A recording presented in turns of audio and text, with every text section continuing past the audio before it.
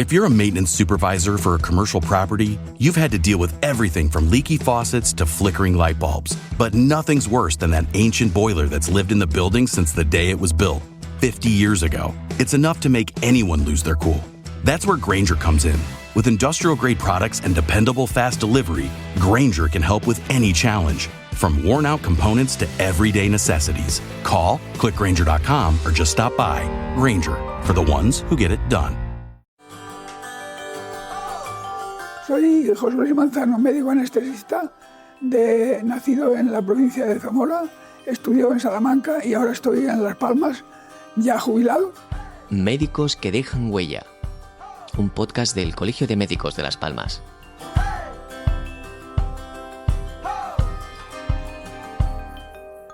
Bienvenido, José Luis Manzano. Muchas gracias por estar aquí, a pesar de la afonía permanente, la afonía crónica, y hacer un esfuerzo vocal. Muchas gracias por venir a Médicos que dejan huella. Usted nació en 1934, es de Zamora, de un pequeño pueblo, Fuente la Peña. Entonces tenía apenas 2.000 habitantes, hoy tiene poquito más de 700. ¿Qué recuerdos tiene de su infancia allá en Zamora? Zamora tengo muchos recuerdos y muy buenos, porque en dos facetas además de mi vida. En la vida deportiva y trabajadora a la vez. Bien, lo pasaba bien porque iba siempre en vacaciones, cuando los niños están encantados de estar en vacaciones y no tener que ir al colegio. Y como allí vivía mi abuelo, pues yo me gustaba mucho estar con él y tal, y trabajar con los animales, porque a mí era muy aficionado a eso. Lo pasaba bien allí, muy bien. Además, el campo de Zamora, el campo de Castilla, es como muy agrícola, muy plano. Sí, es muy interesante, en ese sentido es muy bueno. Aunque es una provincia pequeña, pero vamos, es muy agradable, la verdad que es muy agradable. ¿Y qué le empujó a decidir que una vez que terminó el bachiller, hacer medicina? No tenía ni idea. Yo al ingresar en un colegio, al instituto, en un colegio, en este caso fue un colegio, para estudiar el bachillerato, ¿tú qué sabes? No sabes ni lo que va a ser, nada. No lo sabes cuando estás en la facultad casi de medicina y ¿qué vas a hacer? ¿Qué especialidad vas a hacer? Ni idea. ¿Tenía alguna figura que le influyó? Es decir, ¿había alguna figura, por ejemplo, no sé si su padre creo que era médico? Sí, en el sentido pero más tarde, después de eso ya sale Salamanca, porque ahora hay que ir a la universidad a hacer 7 años de medicina y entonces decidir qué es lo que quieres hacer, porque entonces no había esto de los MIR y tal y cual, o sea, acababas y a la calle. Claro. A buscarte lo que fuera. ¿Y usted acompañaba a su padre en sus labores diarias de medicina? Eso es más tardío, cuando yo ya era médico y estaba en vacaciones y él era médico que tenía que hacer la visita todos los días a sus enfermos y me gustaba ir con él a ver algunos enfermos que eran un poco interesantes y tal. Me gustaba, me parecía a mí que yo era un fenómeno haciendo aquello. Y no tienes ni idea, la verdad, de lo que pasa. Y entonces estudió en Salamanca. Estudié en Salamanca, en la Universidad de Salamanca. Siempre fui becario en bachillerato y en la carrera de medicina también fui becario. Conviví con los compañeros en un colegio mayor, San Bartolomé. ¿Lo conoces, no? Sí, lo conozco. Al lado de Fray Luis. Correcto. Pues ahí hice yo los 7 años de medicina hasta que, se acabó aquello, título de licenciado y ahora te vas a la calle. Claro. ¿Y en qué momento decidió? Porque claro, su padre era, lo que había mucho en aquella época, médico rural y... Sí, yo no sabía lo que quería al principio, pero luego ya decidí medicina interna. Ajá. Y entonces digo, y no quiero ser médico de pueblo ni de ningún hospital ridículo de los nuestros de aquí. Porque ya tenía yo una idea de cómo iban las cosas y tal. Y entonces decidí que tenía que salir del país. Quería ir a lo grande. Sí, quería hacerlo bien. Quería hacerlo bien. Y lo que tenía alrededor era bastante malo y pobre. Ya tenía yo conocimiento para darme cuenta de eso. Y entonces, nada, decidí eso. Y entonces, decidí irme a Inglaterra. Bueno, ir al extranjero. Y hablando con un sacerdote que te contaba,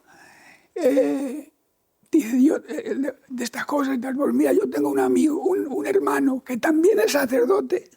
Estamos en Salamanca. Y está en Mansfield, en un sitio al lado de Manchester, que es como un barrio de tal. Dice, y si quieres, vas y estás con él, que te recibirá muy bien, y a lo mejor coges alguna idea, y tal, a ver qué pasa, porque no estás haciendo nada. Y entonces, lo primero es que había que ir allí, y con qué dinero, y con dónde, en avión, en barco, no tenía ni idea, yo no había visto el mar nunca. Porque en Salamanca, ¿cómo vas a ver el mar? No hay mar. Meseta castellana y punto. Y para ir a Inglaterra había que ir en el barco o en avión. Y entonces fui en el barco, porque yo tengo mucho miedo al avión. Y conocí al hermano del sacerdote. Y esto es una historia muy importante. Y por medio de él, porque es muy amable, claro, conseguí un puesto de trabajo de auxiliar de enfermera de noches en un hospital de Stock, porque se llama Stock por la ciudad, y ya está. Y empecé a trabajar, y eso era bueno porque, primero, me llegaban noticias de cómo era la medicina allí y tal y cual.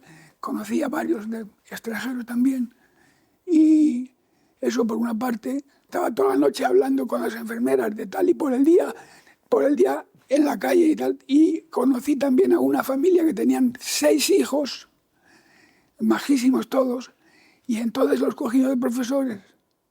Y yo iba todos los días a hablar con ellos para ver si iba aprendiendo el inglés poco a poco. Aprendí yo mucho en 6 meses, porque el trabajo de la enfermería era por 6 meses. Ah, qué bien. Entonces, claro, fue la manera de meter la cabeza en Inglaterra, de meter en la profesión. Ya iba a un sitio y dice, ¿quién es usted? Pues yo soy tal. ¿Y de dónde viene? Vengo del hospital. Y ya tenía un trabajo. Claro. Y aquellos no están bobos. O sea, eso le gusta más que nada. Exacto. Y entonces, muy, muy amable, la matron, que es la jefa de enfermeras y tal, era una mujer extraordinaria, muy buena, son muy profesionales. Ahí cuando estaba usted en Manchester, en el barrio que dijo, cuando usted estaba en Manchester, tuvo la oportunidad de presentarse. ¿Cómo decidió en ese momento que quería estudiar, hacer la especialidad de anestesia? Bueno, otra cosa aparte pero importante. Conocí también a varios italianos médicos que estaban haciendo de diferentes especialidades. Y yo estaba pidiendo ya trabajo, porque ya habían pasado los 6 meses y me atrevía yo algo con el inglés. Poco, no mucho, porque en 6 meses no se aprende el inglés. Y entonces a estos chicos que conocí me vinieron muy bien porque dice, mira, tú no te vas a conseguir trabajo hasta mucho tiempo si sigues haciendo lo que estás haciendo, que es solicitar el trabajo diciendo lo que sabes de inglés y lo que has hecho. Tienes que pedir hacer una cosa que no se haga los italianos son muy listos, que no se haga en el mundo. Tenemos que hacer una especialidad que donde vayamos no hay nadie que lo haga y nos van a dar trabajo seguro. Así que tú sabes la especialidad que es anestesia. Que era algo... Y por eso elegí yo anestesia. El primer sitio donde escribí pidiendo trabajo, dado, en Mansfield, en el sitio al lado del Liverpool, al lado de Nottingham. Y desde allí después... Bueno, eso es como empezó la cosa. En Mansfield estuve 1 año y ahora yo ya quería un hospital más especializado, como si fuéramos aquí, del Pino y la Ciudad Sanitaria La Fe, o La Paz, ¿no? Entonces, pues empecé a pedir eso. Y tuve la suerte de que en Manchester me contestaron, fui a la entrevista, me lo asignaron. Y además me dijeron cuánto me había costado ir en el viaje para presentar la entrevista y que pasara por eso que me lo iban a pagar. Yo me quedé asustado de eso. Me impresionó mucho eso, ese detalle. Que le sufragaran los gastos de desplazamiento de la entrevista. Eras tú el que vas pidiendo, ¿no? Pues no, usted aquí y tal. Le decimos, pero te lo pagaban sí o sí, no, si no te lo daban igual. Es un detalle de ellos. Y nada, y así por eso entré yo en Manchester. Y allí me solidifiqué en la situación porque conocí a una chica que era la que me ayudaba de noche a estudiar inglés en el hospital pequeño de Stockport. Esa chica luego resulta que me casé con ella. Pero fue, en fin, curioso es lo otro, ¿no? Cómo se fue liando la cosa y iba como saliendo solo con lo difícil que parecía. Y yo creo que todo sale bien cuando tú tienes entusiasmo y competitividad. Para mí hay dos cosas que valen, que son la competitividad y la afición a una cosa, la que sea. Porque solo te hace falta luego ser competitivo, porque hay gente que tiene mucha afición y no son competitivos, y otros que son muy competitivos y lo que hacen es romper la pierna del otro solo. En fin, así es. Luego las especialidades, empecé a trabajar de anestesista y allí era anestesista y era cuidado intensivo en reanimación. Tenía las dos especialidades juntas, las hacía la misma gente. Por eso yo pasé después. Y ahora, un día a lo mejor te dicen, pues mira, tienes que hacer los dos en el hospital que vayas según las necesidades. O ahora haces la reanimación o cuidados intensivos y luego la anestesia. Yo tuve la capacidad, la posibilidad de elegir y elegí cuidados intensivos. Y luego ya se complica porque luego resulta que van y en esa época aquí en España se anuncian oposiciones a jefes de servicio, no de adjuntos, de jefes de servicio de anestesia en España. Claro, eso fue el motor que le impulsó a salir de Reino Unido e irse a España, en este caso a Madrid. Y allí llegué y trabajé un año en La Paz, esperando mientras el examen y tal, que me fue muy bien, porque como yo era muy la verdad es que he sido querido por todos los que han trabajado conmigo. Yo creo que porque yo he entregado mucho. Bien, entonces, y no llega. Yo digo, ¿yo qué hago? Y entonces llegan vacaciones, verano y tal. Y La Paz hacía un año que se había abierto. Un año. Y la gente tenía muy poquita idea de medicina, de todo. ¿Sí? Y los niños, y sobre todo los recién nacidos, morían como moscas en urgencias. Así. Porque, entre otras cosas, no había nada más que un hospital de niños, que era el de La Paz, nada más. Y alrededor, en todas las ciudades, nadie. Y entonces yo tenía, por otra parte, poco dinerito porque pagaban muy poco. Entonces yo digo, vamos a ver, cogí a todos los del equipo y vamos a ver, yo os brindo una posibilidad. Me voy a quedar aquí a vivir en La Paz, en el hospital. Me quedo a vivir y con la condición de que vosotros hacéis guardia por el día. Y yo, pues, por la mañana al quirófano normal. Por la tarde la guardia, pues yo quedo libre. Vosotros hacéis, si me toca hacer, me lo hacéis y yo os hago las noches. Pero yo voy a coger los trajes, las chaquetas, los voy a poner en la habitación de guardia. Lo hice, sí, y así estuve casi un año. Y me hice una fama increíble. Porque es que nada, me querían muchísimo porque es que te daba mucho. Pero yo me lo pasé fantástico. Entonces me eché un laringoscopio, que decimos, y tuve los tracales en los bolsos y de andar por hospitales. Me iba a urgencias porque podía estar haciendo así, asistir a este niño y decir, y allí muriéndose otro al lado. Así era. Y así fue. Ahora yo ayudé mucho y aquello lo cambié. Entonces yo creé el lugar de cuidados intensivos pediátricos. Allí en Madrid. Sí. Estamos hablando del año 72. Sí. Y así eso duró lo que duró el tiempo que yo podía ir a ocupar la plaza que me habían dado, porque tenía que ir y no podía renunciar a ella para propiedad, para todo. Y así eso duró lo que duró el tiempo que yo podía ir a ocupar la plaza que me habían dado, porque tenía que ir y no podía renunciar a ella para propiedad, para todo. De Madrid se vino a Las Palmas y de Las Palmas Saltó después a Valencia 4 años. Estando aquí, se enteraron en La Paz, compañeros, de que yo estaba, que había venido de Inglaterra para el examen y que estaba en el pueblo. Era verdad, estaba en el pueblo, en un pueblito de la provincia de Zamora.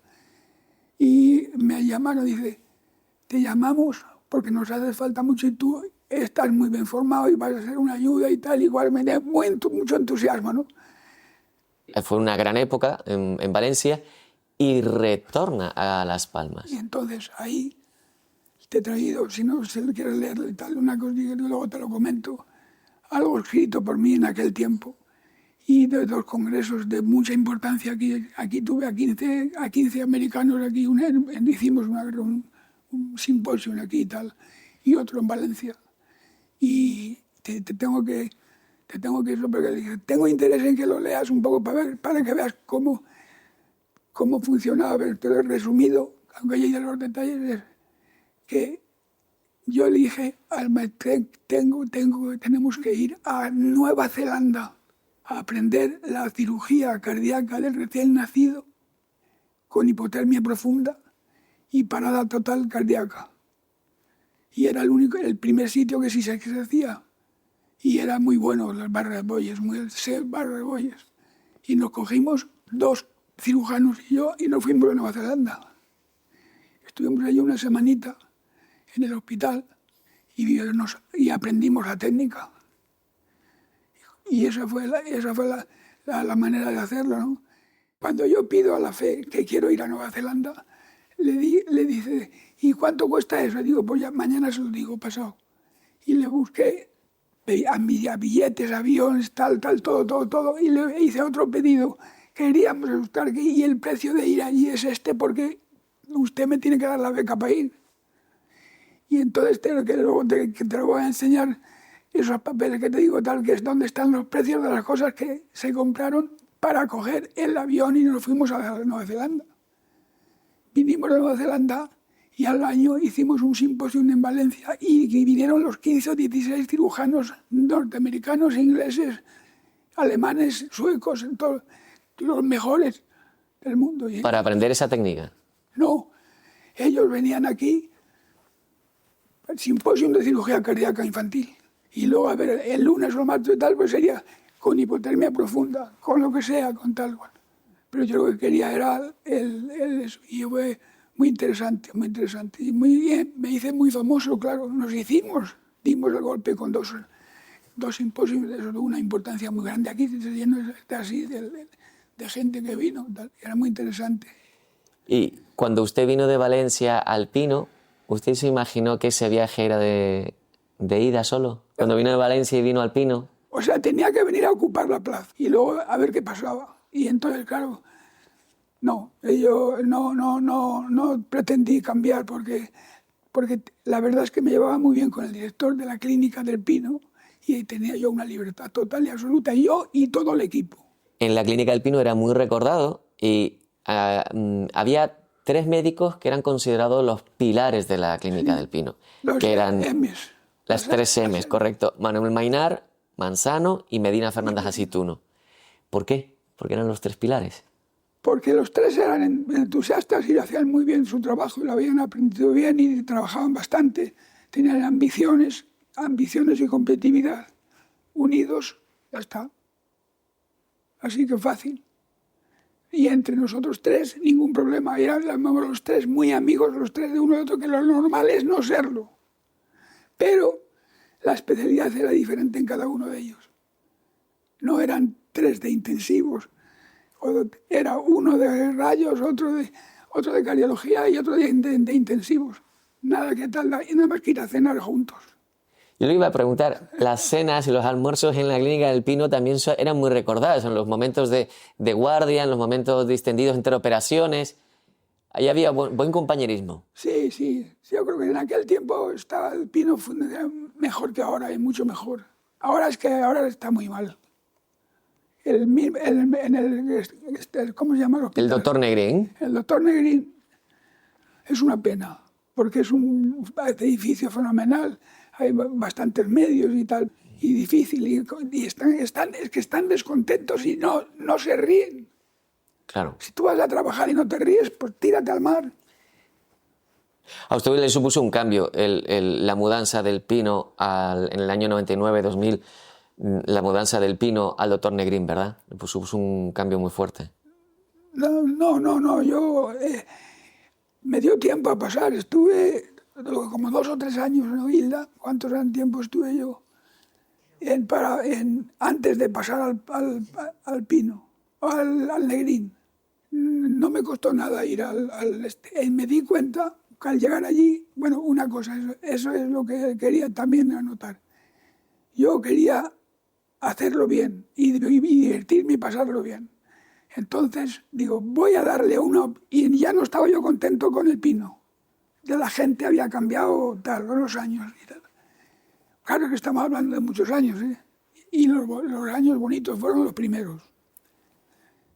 Y entonces al final, yo digo, vamos a ver, le doy al hospital 2 o 3 años como máximo para ver si al tener un edificio nuevo, todos los equipos nuevos, gente nueva y tal, esto cambia. Y no cambió nada y me jubilé. Estaba en la edad ya de jubilarme y digo, no, yo así no juego, me jubilo. Y me fui. Usted es muy famoso por su grandísima afición al motor. Competitividad. Y hacer tal y ser competitivo, es que cuando eres competitivo es que te llevas muchas ventajas, chico. ¿Le gusta mucho el mundo del motor? Me pasa muy bien. Aquí está Chicharro, que es el dueño del karting ahí en San Agustín, y lo pasé muy bien.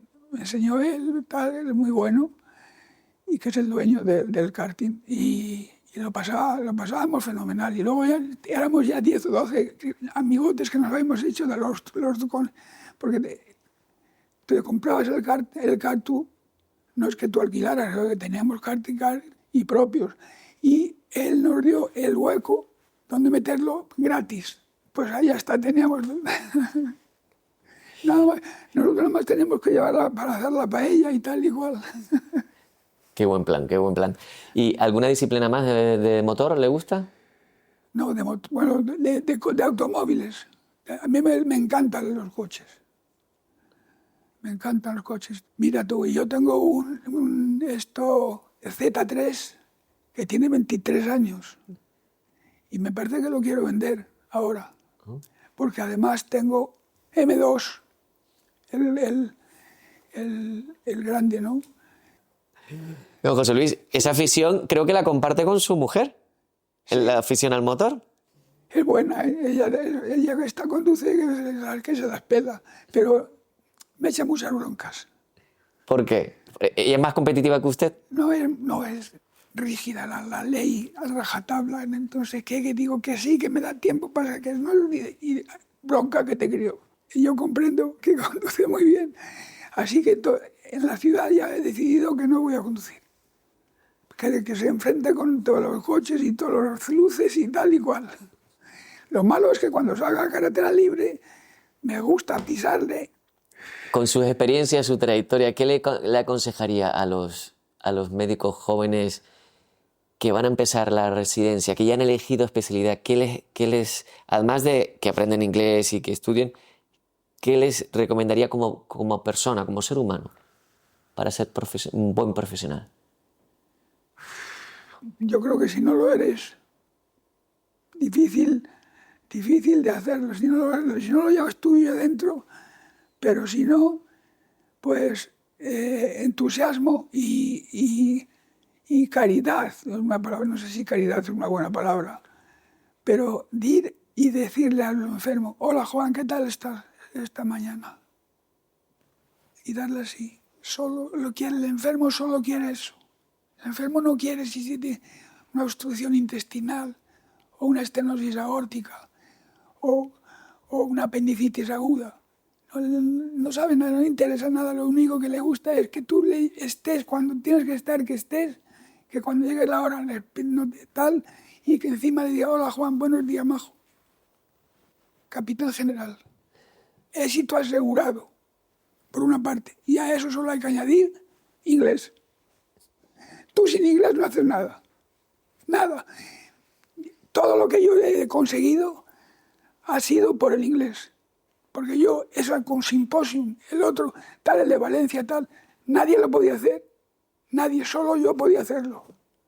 Ningún cirujano sabía inglés libre, o sea, bien sabido para hablar. Yo tenía 5 años del inglés, ya en 5 años pues me lo aprendí y no me considero muy bueno, porque es que es muy difícil, es que las lenguas son muy difíciles. Y don José Luis, para usted, ¿cuál ha sido su mayor aportación a su carrera? Es decir, en el sentido de, ¿cuál ha sido su mayor avance, por ejemplo, en los cuidados en cirugía cardíaca, en la UCI? ¿Cuál fue su mayor logro?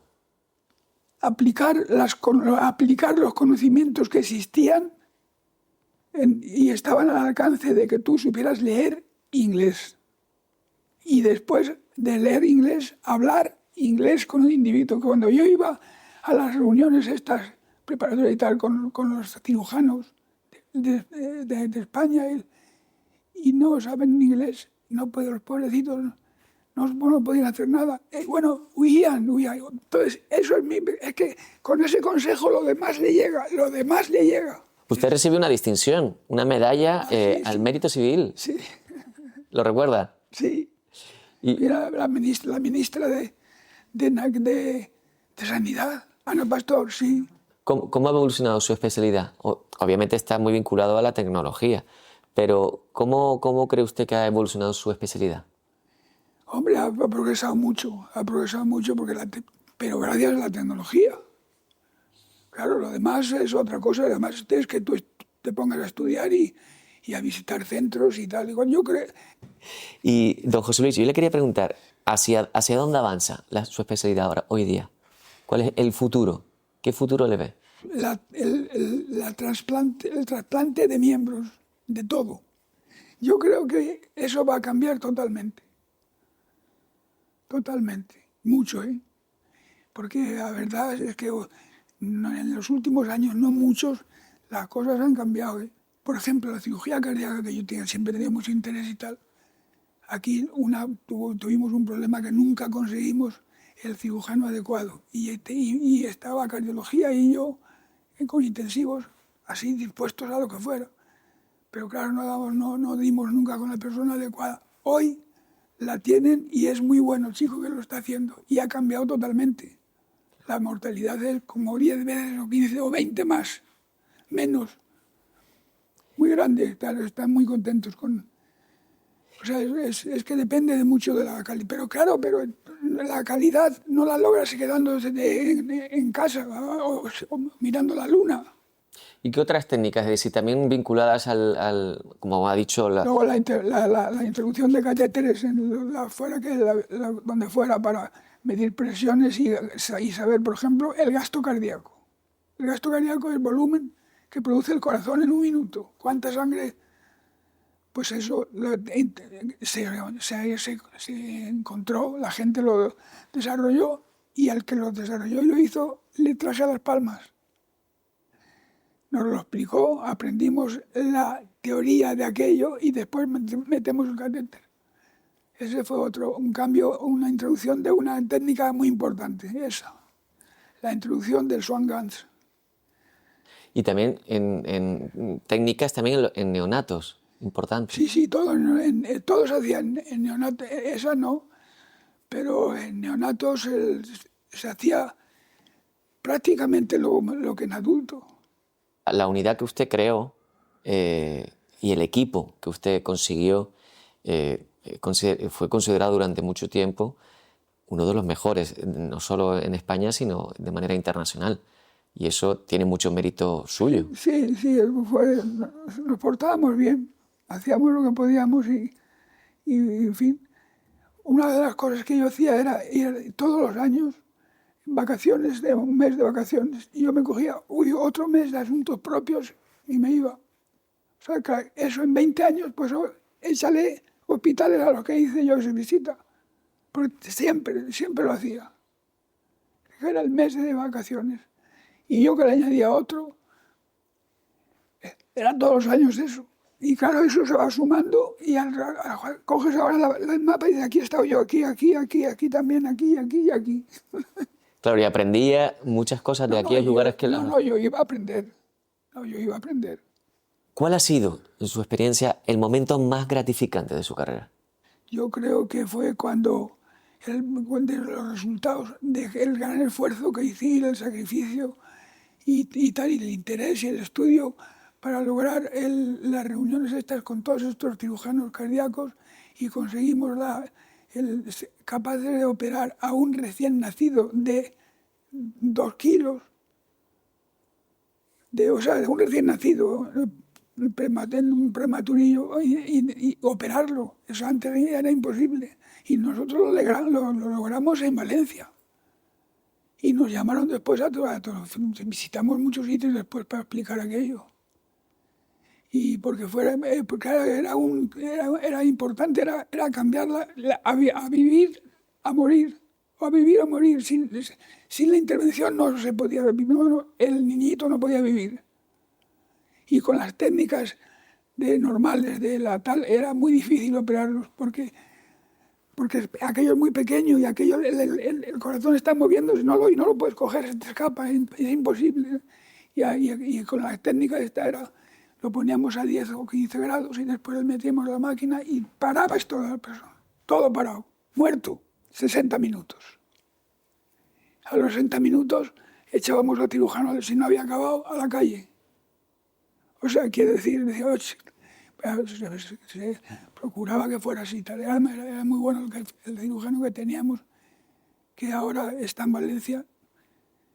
Él sigue allí y él era muy bueno, ¿no? Pero claro, no lo podía hacer. En cambio, al introducir la hipotermia profunda, que lo hacíamos con hielo pues fuera, y luego en el último momento un poco de circulación, y después ya parar todo, y él quisiera, quiero aprovechar en este momento para decirle a los jóvenes, estudiar mucho, pero eso no es suficiente. Hay que hablar inglés.